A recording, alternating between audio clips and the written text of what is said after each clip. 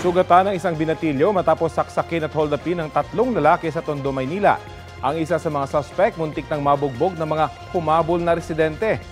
Balitang hatid ni Jomer Apresto. Tama na! Huwag yung kalaman na!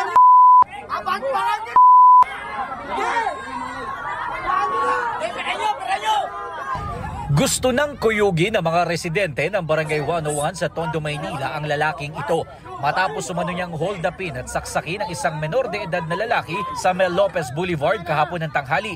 Ayon sa barangay, hindi nila residente ang 17 anyos na biktima pero base sa nakalap nilang impormasyon, namamasukan siya bilang palero at kukuha daw sana ng sahod noong mangyari ang insidente.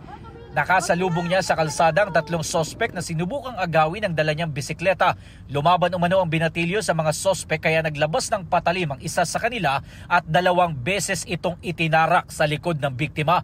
Nakatakbo pa raw ang biktima at nakahingi ng tulong kaya siya naisugod sa ospital.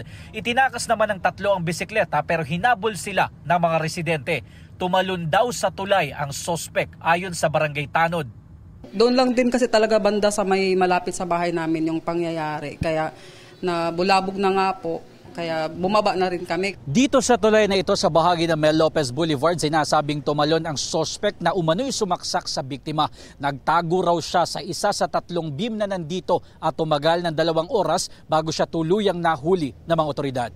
Sabi ng barangay, tumagal ang paghuli sa suspect dahil kinailangan muna nila kasing palikasin ang mga residente roon. Inesilip namin yung residente, lahat pinalabas namin para hindi na pumanik o manggawa pa hindi maganda. Nung nadulas yung suspect doon sa ibabaw, siguro tatago siya ron, dumulas siya sa kabila, nalaglag siya. Pagkalaglag niya, doon na siya kinupo ng 3. Doon na siya inahon talaga sa amin sa pangpangitaka, doon na namin nakuha talaga yung tao.